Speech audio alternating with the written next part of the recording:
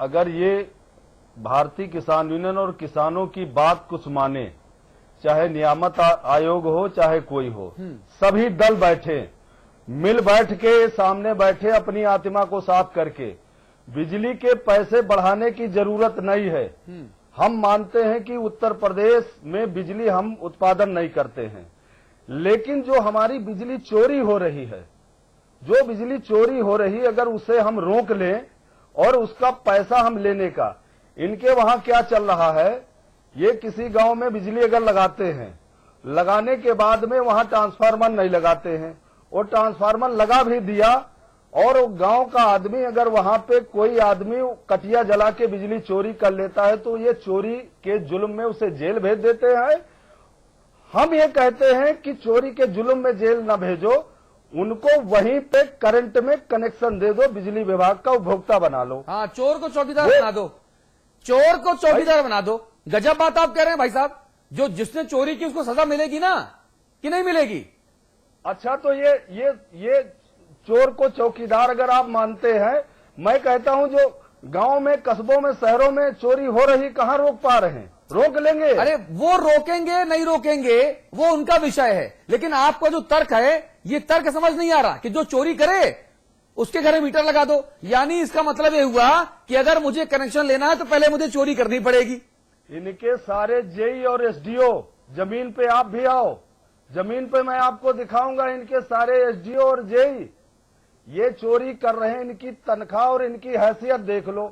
मैं 10 एकड़ का किसान हूं, मेरी हैसियत नहीं है अपने घर में एसी लगाने की। एक जे की कैसे हैसियत हो जाएगी 40,000 में एसी लगाने की? उसका बच्चा स्कूल में पढ़ता है।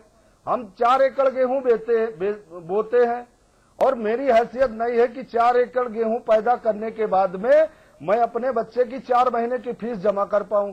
एक जे की कैसे हैसियत हो जाएगी? ठीक है, आप रहिए हमारे साथ। आप बहुत जमीनी स्तर के मुद्दे उठा रहे हैं। ये इन मुद्दों से मैं कहीं ना कहीं अपने आप को संबद्ध करूंगा। अमिताभ अग्निहोत्री जी, समस्या की जड़ कहां पर है? अगर आप नहीं चलाएंगे, समाज को जमीन से नहीं चलाएंगे, तो मैं इस चैनल के आपके माध्यम से कह रहा हूं, माओवादियों, आतंकवादियों ने पहली बार अच्छा काम किया है देश में। इस पे सारे नेताओं के दिमाग ठंडे हो जाएंगे। हमें माओवादी, आतंकवादी बनाने के लिए मजबूर करेंगे। भाई साहब, हमने कहा है कि वर्मा जी, ये आपके तेवर में सुन चुका हूं। जो बयान हमने दिखाया था रिपोर्ट में कि खंबा उखाड़ दूंगा, तार काट दूंगा, गड्ढा खोद दूंगा, ये मैं सुन चुका हूं। इसका रिपीटेशन शाब्दिक तौर पे ना हो तो बेहतर है। जो करना है वो कानून के दायरे में आप कीजिए, स्टूडियो के बाहर कीजिए। हमारे स्टूडियो की तार मत काट दीजिएगा आप। माओवादी, नक्सलवादी जो बने ना बने वो बात की बात है। अमिताभ जी, ये जड़ कहां पर है? पहले तो मैं 2 बातें कहूंगा। एक तो हमारे जो किसान नेता हैं वर्मा जी, उनसे कहूंगा कि ये चैनल माओवाद और नक्सलवाद की हिंसा का किसी रूप में समर्थन नहीं कर सकता। हाँ।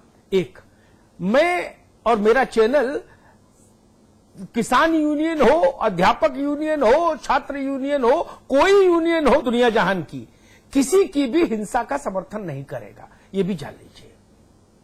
हम भी चाहे कोई भी अब वर्मा जी सुनिए ना, आप अधैर्यशील व्यक्ति मत बनिए, धैर्य से सुनिए, है ना। ये तो चर्चा हो रही है यहां से, इस चैनल से तो बिजली रोकी नहीं गई आपकी कि आप इससे नाराज हो। मैंने तो बिजली नहीं रोकी ना मित्र। तो मेरी बात तो सुनो। अखिलेश जी बोले आप अपना विरोध दर्ज कराइए, समझ आता। मेरा बोलना तो कम से कम अनुमति दीजिए कि मैं कुछ बोल पाऊं। हम शक्ति भवन पे शांति के साथ बैठे हैं और जब तक दरें वापस नहीं होंगी हम जाएंगे नहीं। वहां तक मैं सहमत हूं, आपके साथ खड़ा हूं। लेकिन जिस क्षण आप कहते हैं कि मैं खंबे तोड़ दूंगा, उस क्षण मैं आपसे अलग हो जाता हूं। उस क्षण समाचार प्लस आपके साथ नहीं खड़ा हो सकता। मैं सरकारी संपत्ति के नुकसान के किसी भी टेंट्रम का सपोर्ट नहीं करता। कोई भी कारण बताया जाए उसके पीछे नहीं करता हूं जी। शक्ति भवन पे आज हमारा प्रदर्शन था। हमने विनम्रता से उनसे कहा कि मुझे बिजली दे दो माइक चलाने के लिए। मुझे बिजली नहीं दी गई। हमने जनरेटर मंगा के अपना माइक मैंने चलाया है। मैं आपकी वर्मा जी, अच्छी बात है। अगर आप इस शैली के साथ विरोध कर रहे हैं तो आपका समर्थन है। लेकिन जैसा मैंने आपको बोलते सुना अपने एक रिपोर्ट में, जिसमें आपने कहा कि जितने खंबे लगे मैं वही सब तोड़ के गिरा दूंगा, तो मुझे लगा ये तो हनुमान जी अशोक वाटिका भी ध्वंस करने आए हैं क्या? वो स्वीकार्य नहीं इस समाज में। एक चीज है ना, हो सकता है गर्मी ज्यादा है, आप उत्तेजना में बोल गए हो, भीड़ देखी हो, तो लाइट भी नहीं है, लाइट भी नहीं है तो पसीने में हाँ, हो तो सकता मतलब- है आप बोल गए हो, हाँ। लेकिन बाद में आपको लगा हो कि नहीं, हिंसा कोई किसी चीज का समाधान नहीं। अब बात बिजली की है। बिजली के दाम बढ़ाना कोई बहुत बड़ी अरे दुर्घटना वापस जैसे। ना हुई तो हम वहां से वापस नहीं जाएंगे। वर्मा जी सुनिए ना, आपने अपनी बात कह दी, ये बात सरकार ने सुन ली, अब कोई दूसरा भी बोलेगा प्रदेश में कि नहीं, या केवल भारतीय किसान यूनियन को सुनेगा पूरा प्रदेश? ऐसा तो नहीं ना।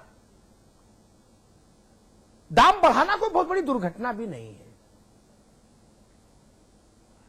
मैं तो इस बात के पक्ष में हमेशा रहा, चाहे वो बिजली हो, कोयला हो, तेल हो, खनन हो, ये टेलीकॉम हो, इन सबको रेगुलेटरी अथॉरिटीज के हवाले करिए।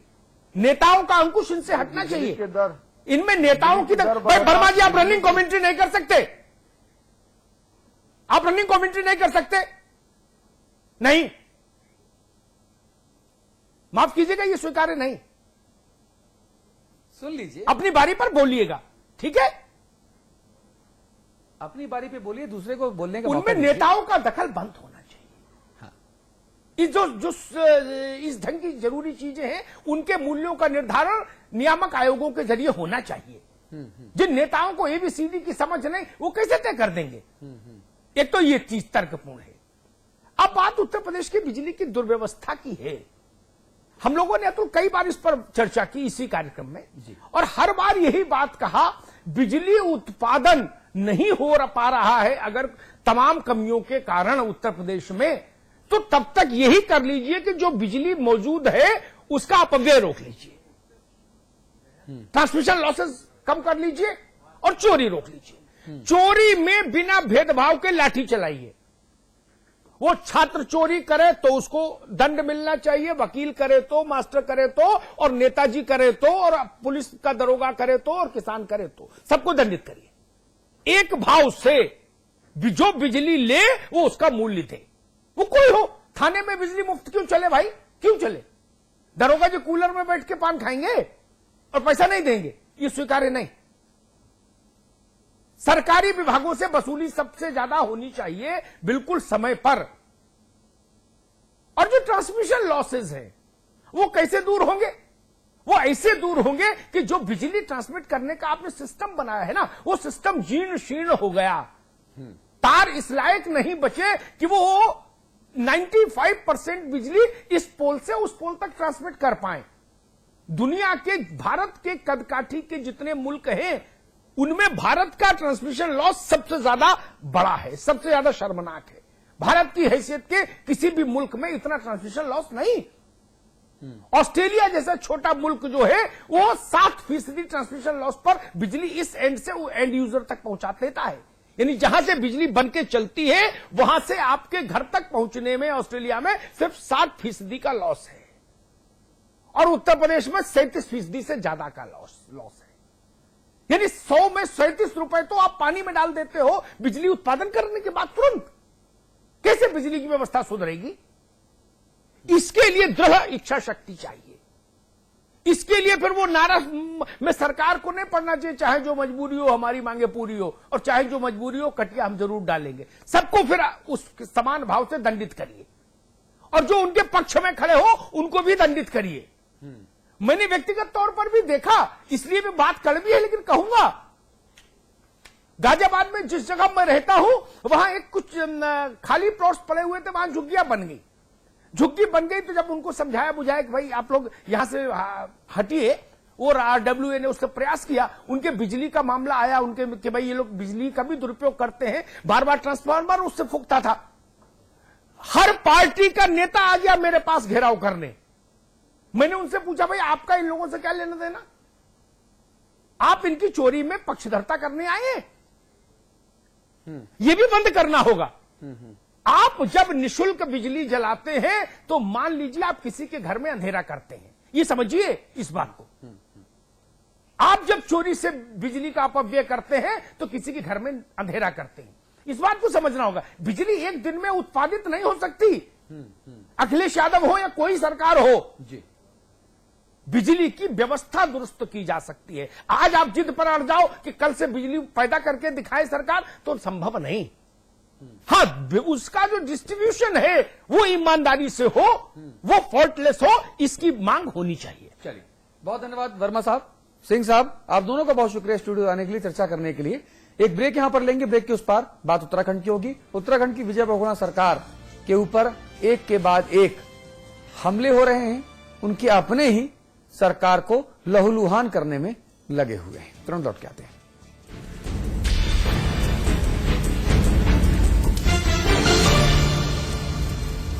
अब उत्तर प्रदेश का हर एक छात्र दुनिया से बराबरी करने में सशक्त होगा।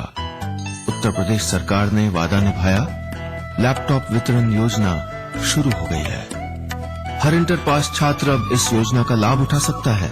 सिर्फ लैपटॉप नहीं, यह है बेहतर शिक्षा का साधन। आज ली क्या? And then interestingly,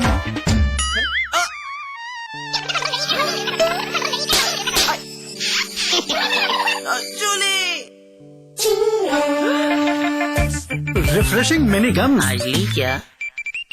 3 states, 11 colleges. Placement pioneer in North India. 1,600 placements this year. Devbhoomi Group of Institutions. खोल दो इन खिड़कियों को, इन दरवाजों को, हाथों को फिर से हाथों में डालो। किसी को गुदगुदाओ, किसी को गोद उठाओ। दोस्ती करो, मोहब्बत करो। पास पास आओ, पास पास आओ, पास पास आओ। गले मिलो, आंख मिलाओ, किसी को अपना बनाओ। ताया ताई, मौसा मौसी, सबसे प्यार करो। पास पास आओ, रहो हमेशा पास पास। JB Institute of Technology, Dehradun, the best institute of engineering with best faculty and good infrastructure. JB Institute of Technology, inspiring minds, transforming lives. And at 72 Chakrata Road, Dehradun. भैया the plan is ready. यहाँ mega mall बनेगा, the biggest India's ever seen.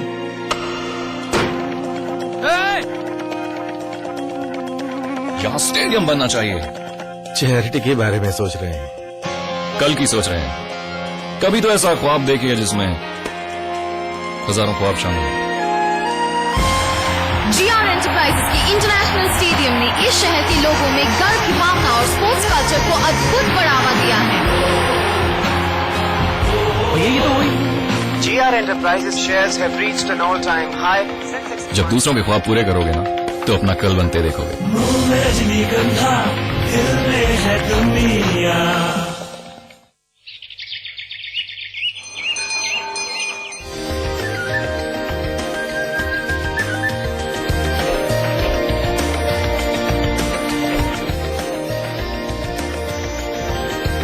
Pentagon mall Haridwar Uttarakhand का सबसे बड़ा mall और multiplex निर्माता Supertech. विराज construction प्रस्तुत करते हैं आपके शहर लखनऊ में फैजाबाद रोड पर संपूर्ण आवासीय योजना BBD ग्रीन सिटी। निर्माण कार्य तीव्र प्रगति पर। आज ही संपर्क करें।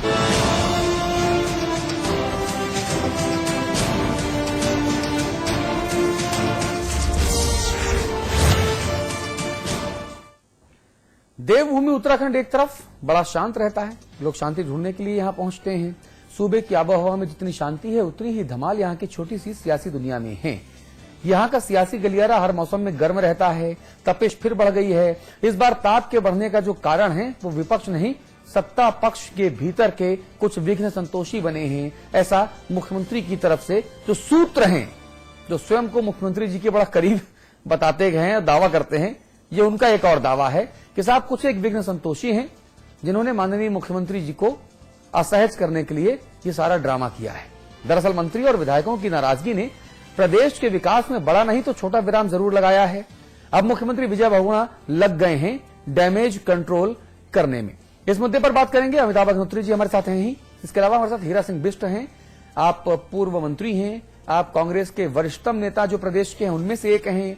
विकल्प थपलियाल हमारे साथ, आप हमारे स्थानीय संपादक हैं। आप सभी लोगों से एक एक करके इस मुद्दे विशेष पर बात करेंगे। तो उत्तराखंड की तमाम सियासी उठापटक के बीच मुख्यमंत्री ने विधानसभा के हारे हुए प्रत्याशियों से मुलाकात की। हालांकि ये मुलाकात विकास कार्यों का जायजा लेने और 2014 की घोषित तैयारी का एक हिस्सा था, यह भी दावा था। लेकिन इस दौरान मुख्यमंत्री ने एक तीर से 2 निशाने भी साधे। वो निशाने कहां कहां लगे, तीर किस किस को चोटिल कर गए, ये आप जरा देख लीजिए।